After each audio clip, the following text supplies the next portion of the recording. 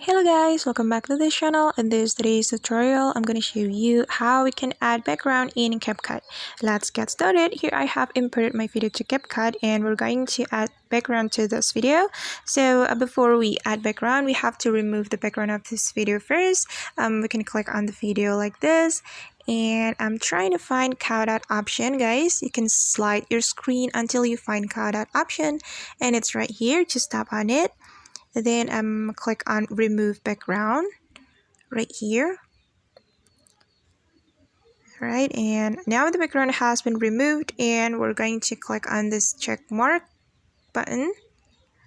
Wait, and click on this button to go back to the preview section, and click on this button again, and we're going to find canvas option. It's right here, guys. Just tap on it and then choose background since we want to add background.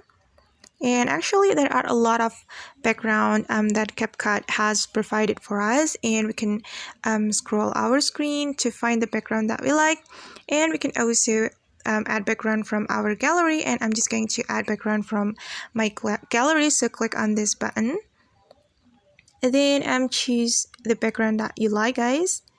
And I'm just going to choose this one. Just tap on the background, then wait for a moment.